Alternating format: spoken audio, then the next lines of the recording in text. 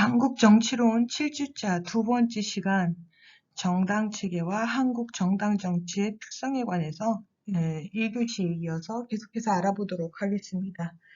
우리가 지난 시간에는 우리나라가 굉장히 안정적인 정당 체계를 가지지 못하였고 현재는 이제 조직 자체를 강화를 해서 안정적인 그 유동적이지 않은 정당 체계를 확립해 나가는 과정 속에 있다.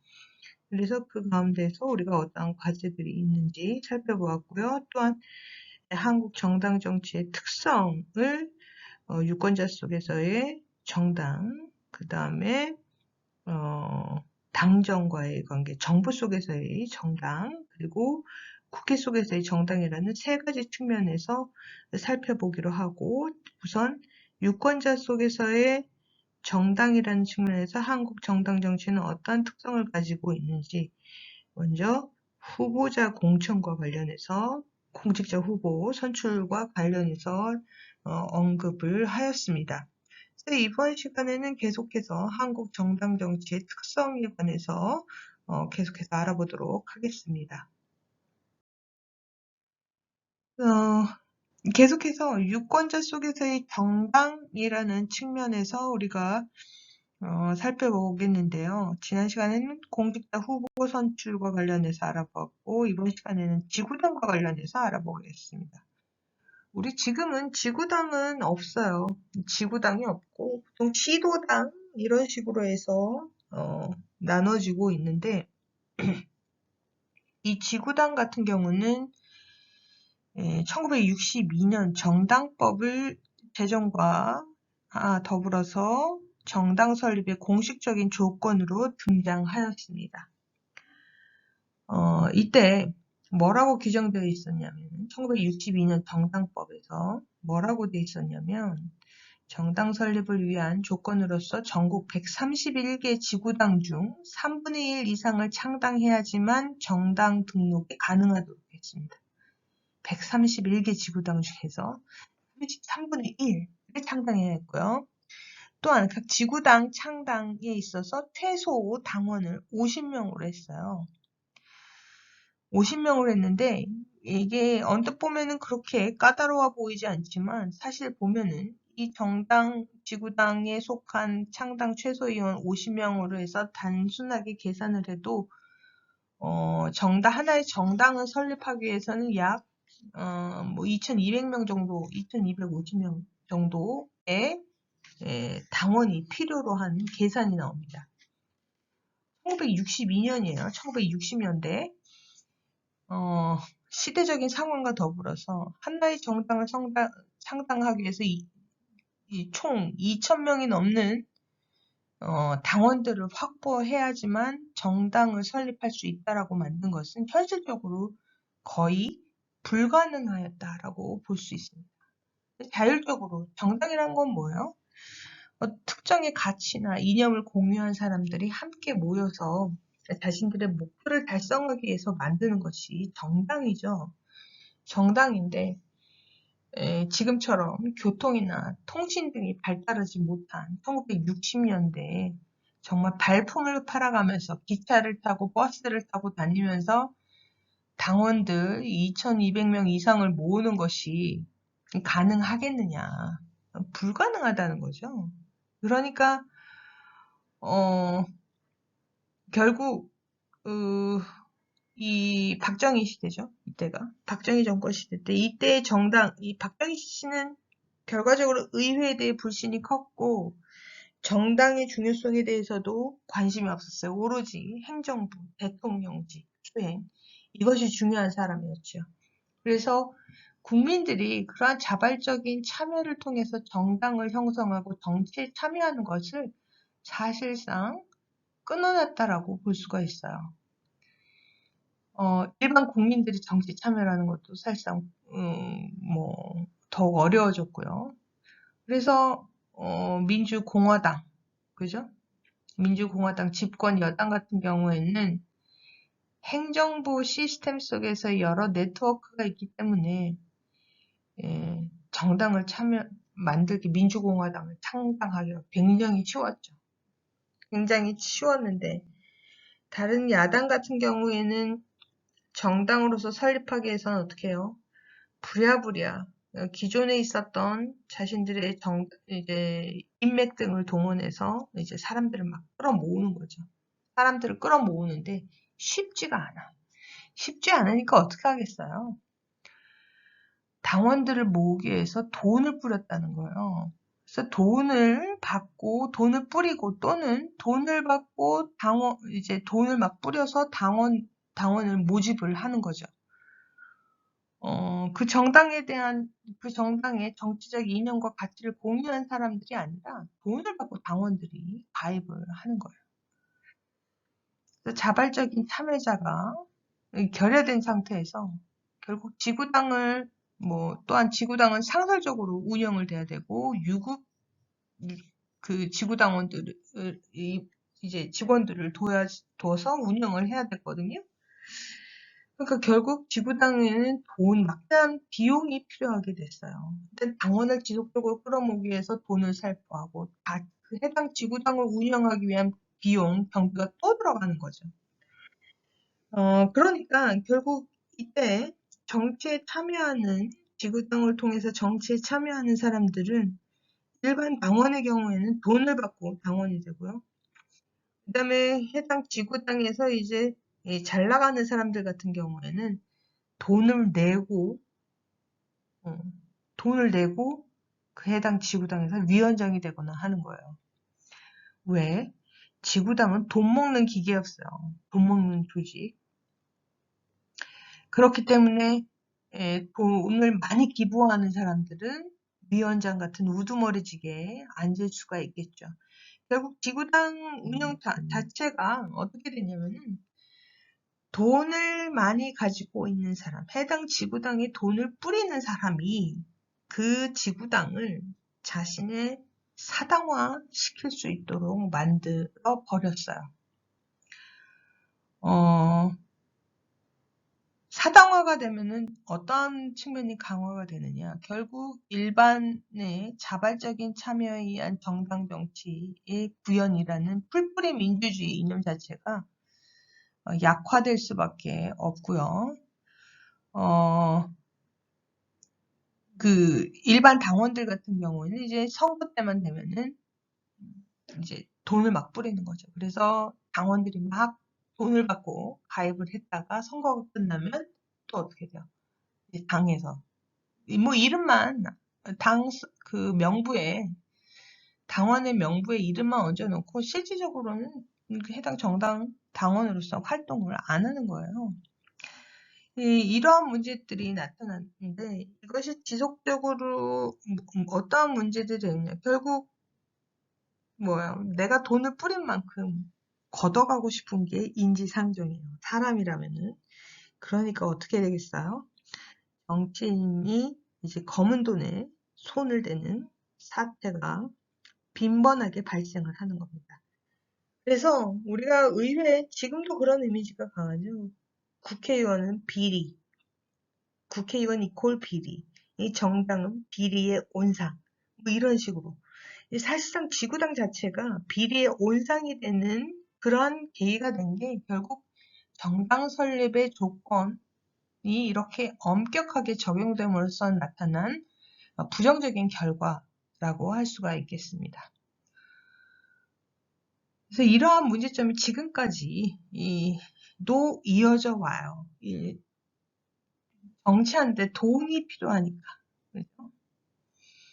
그래서 이런 문제점들이 지속되고 국민으로부터 굉장히 시시때때로 이러한 부정부패, 비리가 돈과 관련해서 나타나게 되니까 국민들이 국회의원들에 대한 신뢰가 점점 약화될 수밖에 없고요. 그리고 결과적으로는 국민들이 정치에 대해서 무관심하게 되는 그런 아주 나쁜 결과를 초래하게 되었습니다.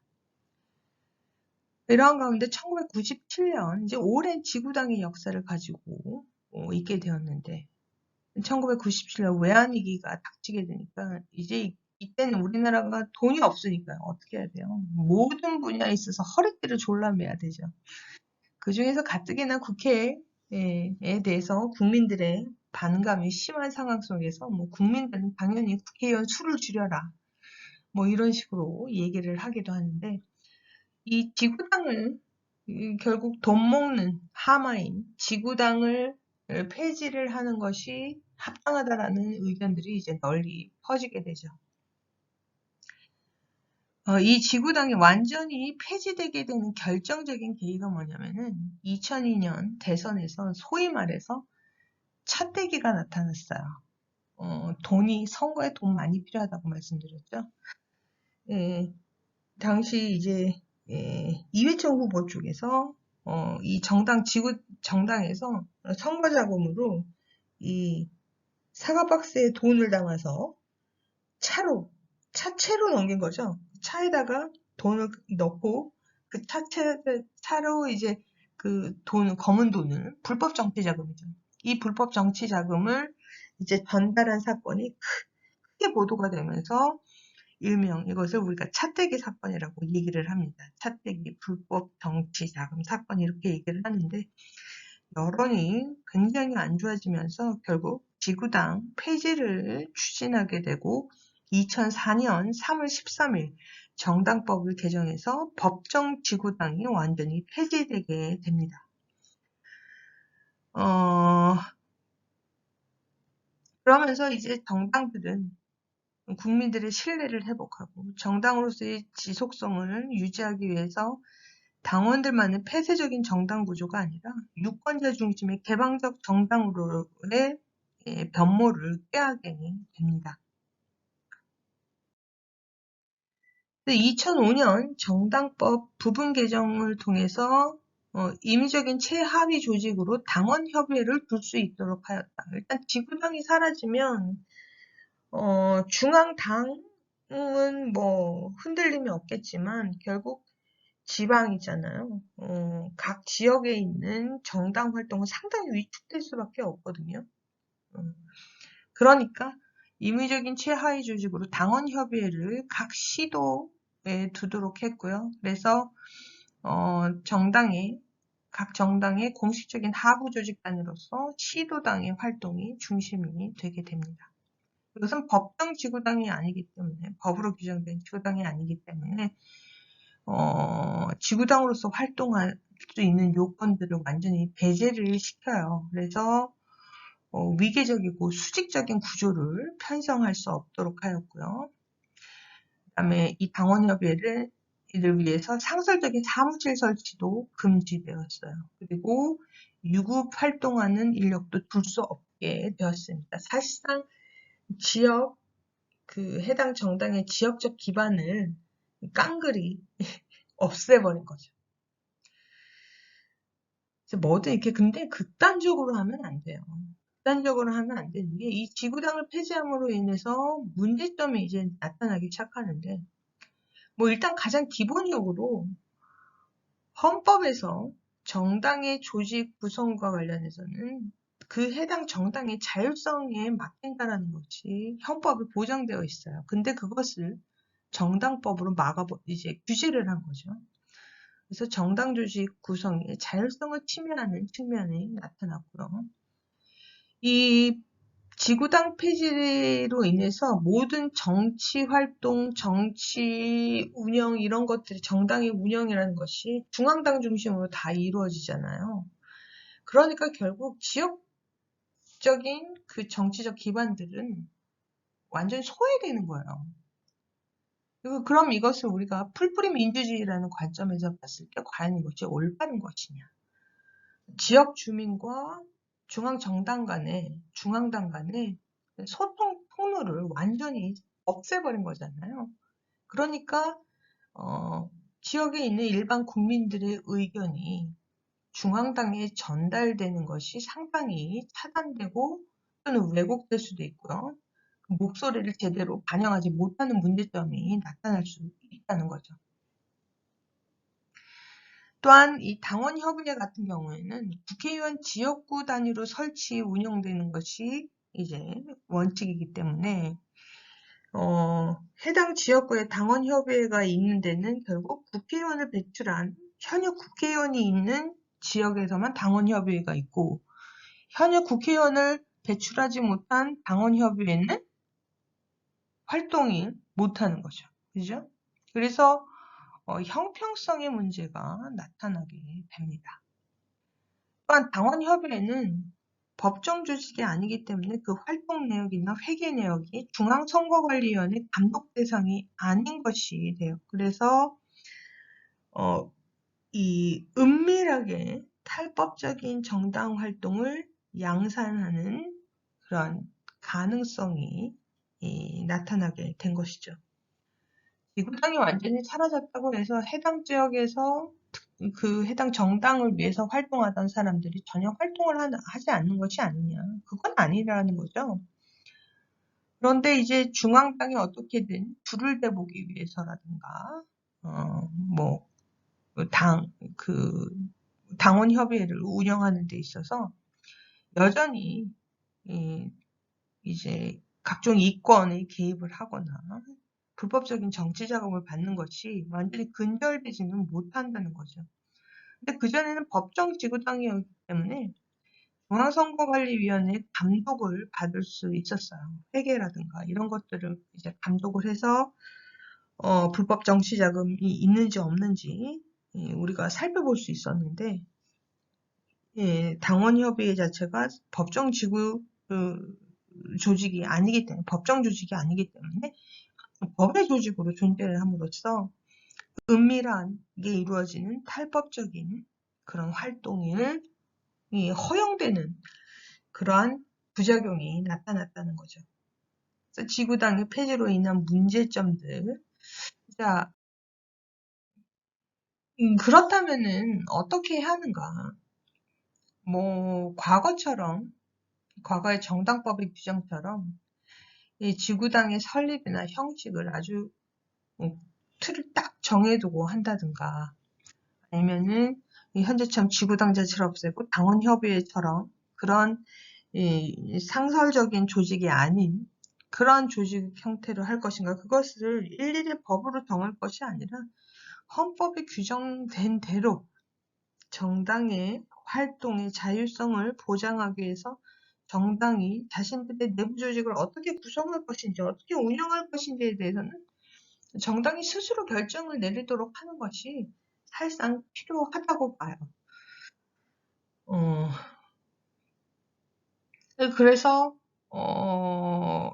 2004년 정당법 개정에 의해서 지구당을 폐지시켰잖아요. 어떤 문제가 있었냐면 당시 민주노동당 같은 경우에는 당원이 당비를 낸 사람, 당비를 내고 당원에 가입한 진성당원, 이 진성당원, 즉 자발적인 참여자죠. 이 사람들에 의해서 정당 활동이 운영되던 민주노동당 같은 경우는 지구당 폐지를 통해서 가장 타격을 많이 받았죠. 그래서 큰 논란이 있었어요. 자, 이렇게 정말 자발적으로 스스로 당비를 내면서 당원이 되고 해당 정당의 활동에 참여하는 적극적인 정치 참여자, 일반 시민들의 정치 참여가 이루어진 정당이 있어서도 지구당을 폐지를 하는 것이 과연 올바른 것이냐? 그렇지 않다는 거죠. 그래서 되도록이면 정당 내부의 조직 편성이나 운영과 관련해서는 정당 스스로가 결정을 내릴 수 있도록 만들어주는 것이 필요하고요. 그렇다면 그렇다고 과거에 비리의 온상이었던 지구당 시대로 회귀를 할 것인가? 그건 아니죠. 그건 아니라 보다 철저하게 중앙선거관리위원회를 통해서 회계라든가 이런 것들을 보다 세밀하게 통제를 받을 수 있도록 한다면은 과거의 지구당 모습과 같은 검은 비리의 온상으로 전락하는 것은 일정 정도 방지를 할 수 있지 않느냐. 이 지구당은 결국 풀뿌리 민주주의와 직접적인 관련이 있는 상황이에요. 그렇기 때문에 지역에서의 주민들의 그 자발적인 정치 참여의 통로를 어떻게든 확보하는 것이 중요한데 지금은 그게 안 되니까 대부분은 어떻게 합니까? 해당 정당에 대해서 그 정당의 활동이 얼마나 활발하게 활동을 하는가, 이런 것들을, 혹은 해당 정당에 대한 선호라든가 이런 것들을 우린 지금 사실상 여론기관에 의존할 수밖에 없게 됐잖아요. 이런 점, 여론조사라는 것이 국민들의 의사를 또 뚜렷하게 다 반영을 하는 거. 얼마든지 여론은 어떻게 질문하는가, 질문 방식에 의해서도 충분히 다른 결과를 나타낼 수 있어요. 국민의 의사를 왜곡해서 반영할 수 있는 그러한 허점들이 여론조사에는 분명히 있는데, 지금처럼 모든 정치가 여론조사에 의존하는 이런 방식이 나타나지 않을 수도 있다는 거죠. 만약에 이런 지역적인 풀뿌리 조직들을 다시 회복시키고 이들의 활동을 활발하게 활성화시킨다고 하면은 굳이 거기에 의존하지 않더라도 정당이 안정적으로 자신들의 정치를 펼쳐나갈 수 있는 당이 마련될 것이다 라고 생각을 합니다. 두 번째, 한국 정당 정치의 특성을 우리는 정부 속의 정당과의 관련을 통해서 살펴보도록 하겠습니다. 보통 정부 속의 정당이라 함은 집권당과 대통령 간의 관계로 우리가 살펴볼 수가 있습니다. 집권당의 역할이 제도적으로 중요하게 부각되었던 것은 제3공화국이죠. 제3공화국, 이제 박정희 시대가 되면서부터인데, 이때 소위 말해서 이제 김종필 씨가 민주공화당을 창당을 하고 하면서 당정협의회를 구축을 했다. 즉 집권당과 집권당과 대통령 간의 협력을 강화해서 이제 대통령이 어떤 정책을 추진할 때 집권당이 그것을 강력하게 서포트할 수 있도록 이제 당정협의회를 구축을 했죠. 그래서 이것이 나중에 다른 당에도 이제 번지게 됩니다. 그래서 집권당과 정부 간의 협의체는 보통 기존에 있었던 청와대 정무수석, 비서실 중에서 정무수석 같은 경우가 집권당과 대통령 간의 의사소통을 전달하고 이렇게 중간에서 조절하는 그러한 역할들을 보통 하고 있었고요. 그 다음에 당정협의회가 또 존재를 했었습니다.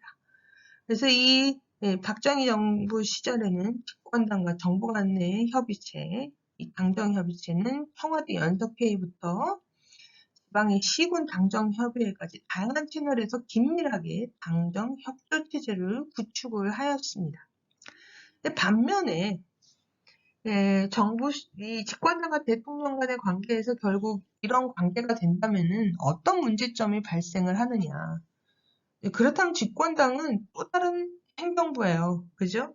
국회에서 활동하는 행정부라고 볼 수가 있겠죠. 그러면은 국회 본연의 기능이라고 할 수 있는 행정부에 대한 견제, 이 기능이 유명무실화 되겠죠. 집권당은 국회 내에서 그냥 대통령의 정책을 돕는 서포터로서의 역할밖에 못하는 거예요. 그래서 이러한 문제점들이 있게 되니까 2003년 노무현 정부에서는 당정 분리를 시도를 합니다. 그래서 민주화 이후에도 대통령이 집권당 총재를 겸하면서 당을 장악하고 그로 인해서 집권당의 자율성이 훼손되면서 국회가 행정부를 제대로 견제하지 못한다는 비판에 직면하게 되니까 노무현 정부에서는 당정 분리를 통해서 집권당에 대한 대통령의 영향력을 이제 약화시키고자 한 거죠. 그래서 의회 기능을 활성화시키고 의회가 본연의 모습을 가지도록 하고 집권 여당 역시도 의회 구성원으로서 행정부에 대해서는 때때로 설사 자신들이 집권 여당이라 할지라도 정부가 잘못했을 때는 잘못한다고 얘기를 할 수 있는 그런 민주주의의 이념에 가까운 그런 모습을 구현하고자 한 것이었죠. 그래서 굉장히 순수한 의도에서 시작된 거였어요. 굉장히 순수한 의도에서 시작된 것이었는데 문제는, 그러니까 이 노무현 대통령님 문제는 뭐였냐면은 이 당정 분리를 너무 철저히 하려다 보니까 이제 정부와 집권 여당 간의 의사소통 채널 자체도 없애버렸어요. 정무수석 같은 경우는 없애버린 거죠. 그러니까 뭐랄까요. 의사소통이 제대로 이루어지지 않으니까 결국 오해를 쌓을 수밖에 없어요. 여당과 대통령이 오해를 하는 거예요. 서로의 의도를.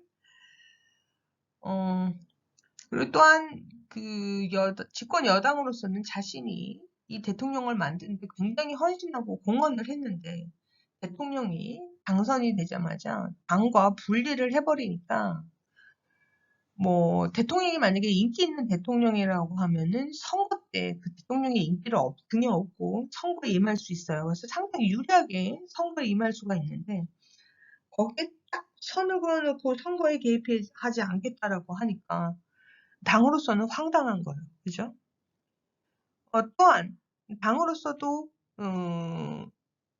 대통령의 어떤 정책들을 만드는데 사전 교류가 없으니까 사전에 뭐 교감이 없으니까 뜬금없이 대통령의 어떤 정책을 내놓았는데 그것이 여론이 굉장히 안 좋은 여론을 형성하는 정책이 있을 수도 있단 말이에요.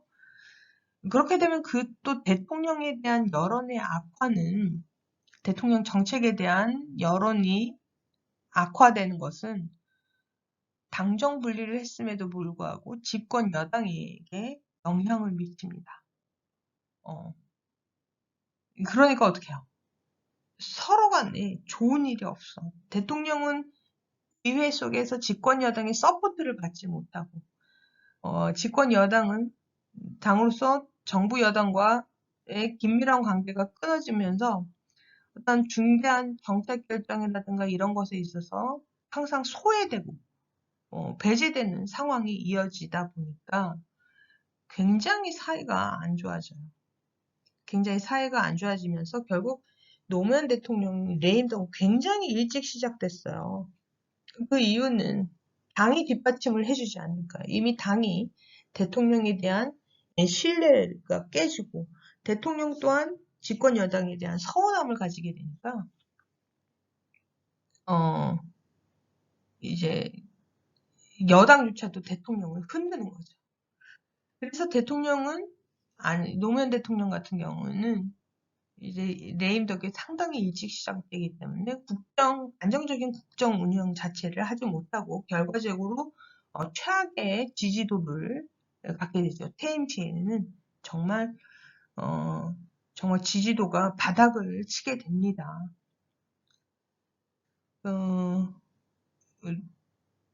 이러한 문제점들을 당정 분리가 낳게 되는데 과연 당정 분리가 좋은 것인가?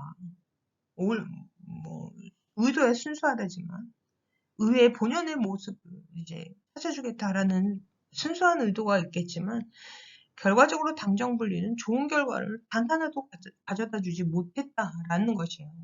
당정 분리를 해서 의회가 본연의 그 모습을 나타냈느냐? 그것도 아니라는 거죠. 이미 국회 내에서 집권 여당은 정부라는 등식, 정부와 한몸이라는 인식이 뿌리 이렇게 박혀 있어요. 그래서 그 정부와 여당 한몸 그리고 야당 이렇게 그 대립 관계는 우리 국회 정치에 있어서는 언제나 이어져 온 모습이기 때문에 당정 분리라는 것이 사실상 의미를 완전히 상실한 것이었다고 볼 수가 있겠죠.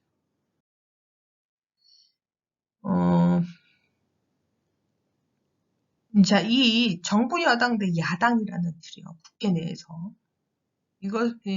이러한 틀이 아무리 당정 분리를 한다 하더라도 여전히 국회의 갈등이 완화되는 것도 없고, 행정부에 대한 입법부의 견제, 이런 거, 견제와 타협, 이런 것도 전혀 구현되지 못했다라는 점을 지적할 수가 있겠습니다. 특히 우리나라 정치에서는 가장 기본이 되는 것은 정당이에요. 정당. 그래서 대통령 역시도 자신이 이 정당을 기반으로 해서 대통령이 되기 때문에 정당과 완전히 분리된 상태에서의 대통령이라는 것을 상상을 하지 못하죠. 또한 우리나라 정치 정당 같은 경우는 지역적 이념적으로 구분되는 뚜렷한 정체성을 가지고 있습니다.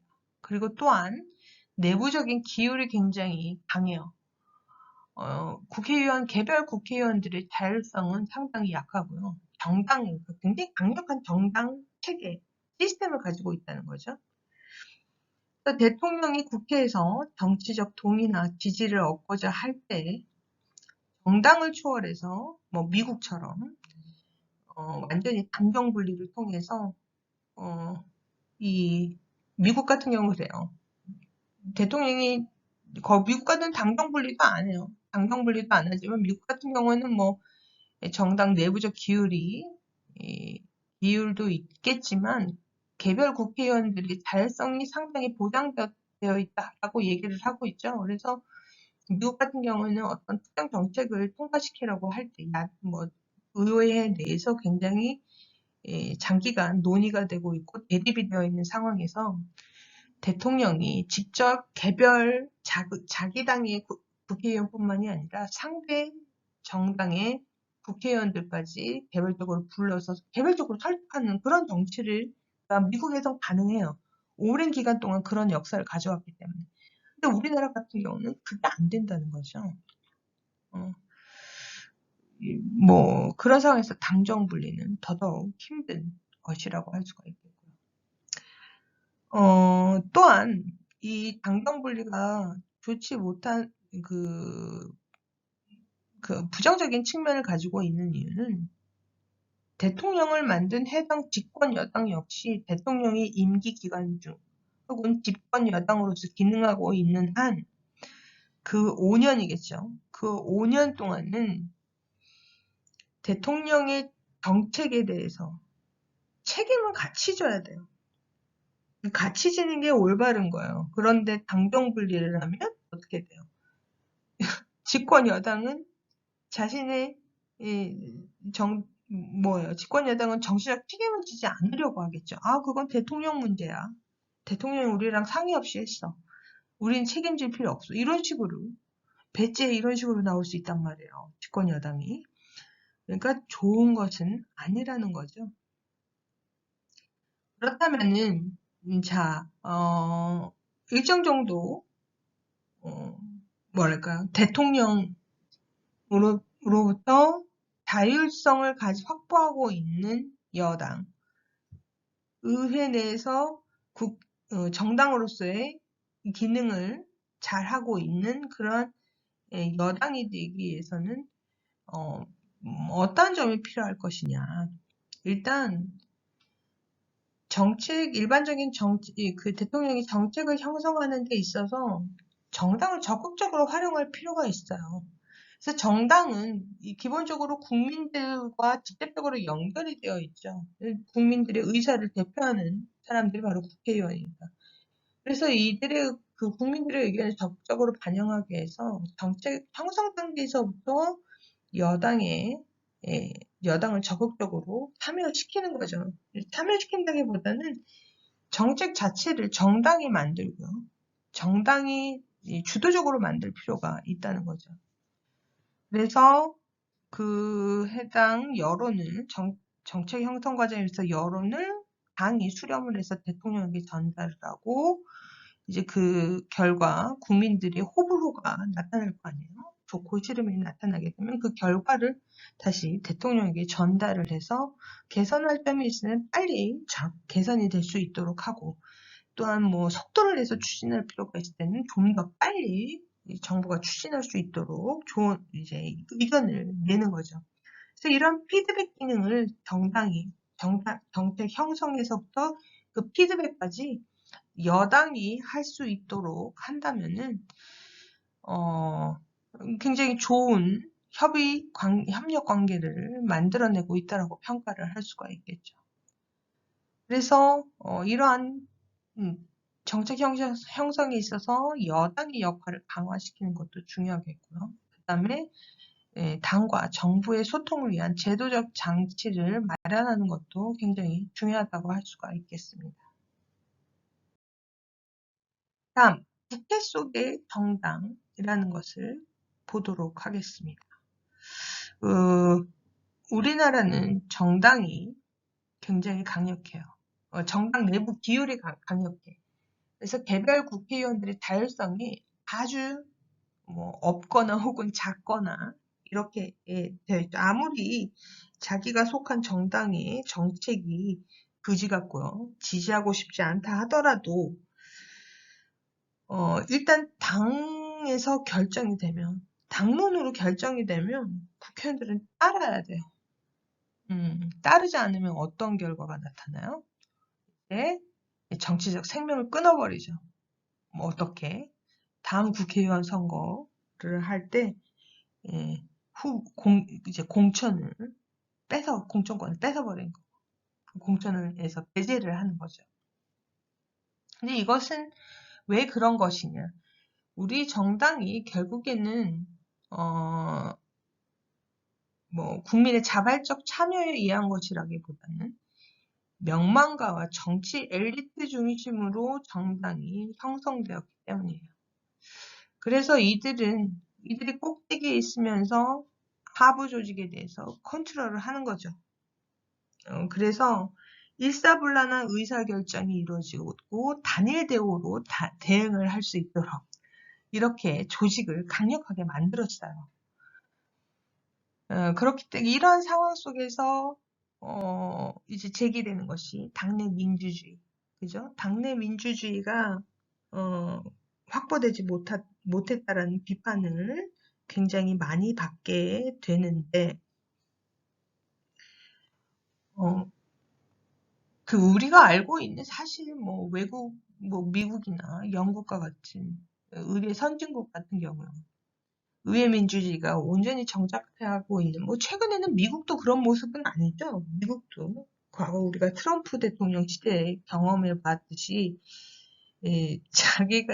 트럼프 대통령이 이제 공화당 소속인데, 공화당 의원들조차 이제 트럼프를 비판하고, 트럼프가 추진하는 정책에 대해서 반발을 하거나 하는 그런 모습들 많이 봤어요. 물론 민주당이 집권을 했다 하더라도 오바마 대통령 같은 경우도 정책을 추진할 때 다당 내에서 굉장히 비판이 많았고 많은 점이 있었죠.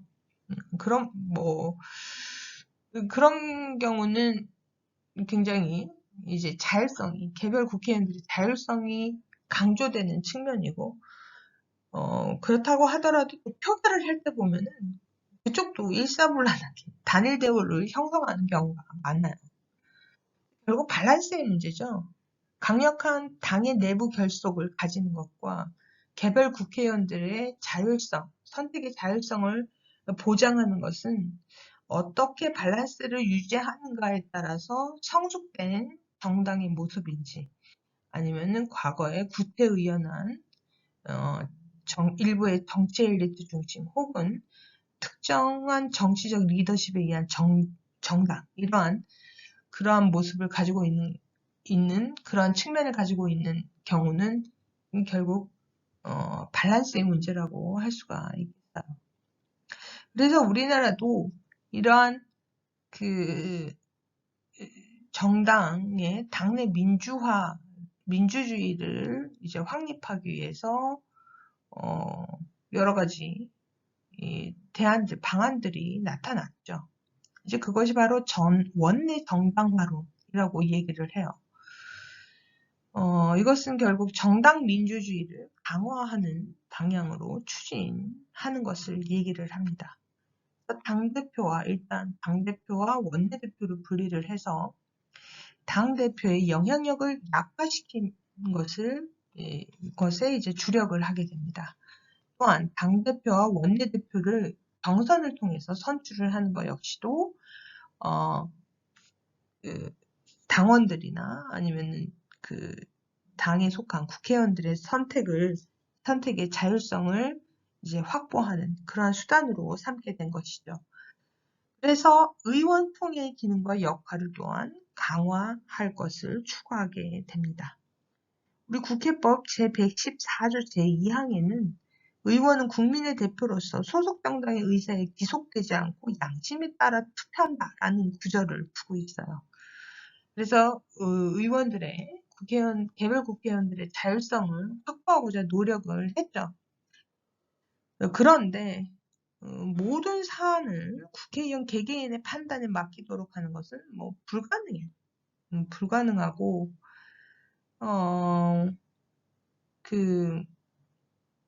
이렇게 개별 의원들의 자율성을 추구하게 되면은 어떤 결과가 나타나냐면은 우리가 정당이라는 것은 특정 이념과 가치를 공유한 정치 조직으로서의 정당이라는 그런 덩이가 있잖아요.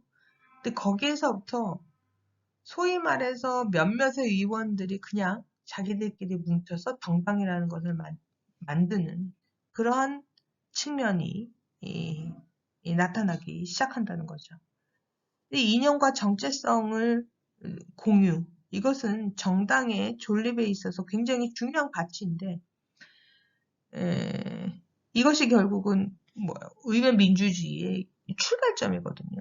근데 이것이 부정돼요. 그냥 뜻맞는 사람끼리 뜻맞는 라보다는 자신의 정치적 이익이죠. 정치적 이익에 의해서 의원들끼리 그죠? 자기들끼리 모여서 정당이라는 것을 만드는 그러한 점은 사실상 정치적 책임의 문제라든가 국민에 대한 그죠? 국민에 대한 정치적 책임의 문제라는 측면에 있어서 좋은 것은 아닙니다. 그래서 우리가 정당으로서의 결속력을 확보하는 당으로서의 기울이나 통합은 굉장히 중요하다고 볼 수가 있어요. 이것을 부정할 수는 없죠.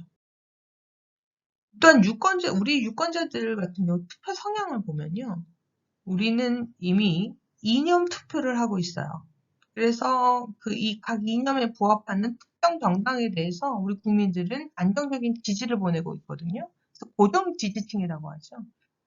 그래서 우리 국민들이 사실상 정당을 보고 투표를 하고 있는데 개별 국회의원들의 자율성 같은 경우에는 유권자들의 의사에 반하는 경우도 있을 수 있단 말이에요. 해당 정당에 투표를 했던.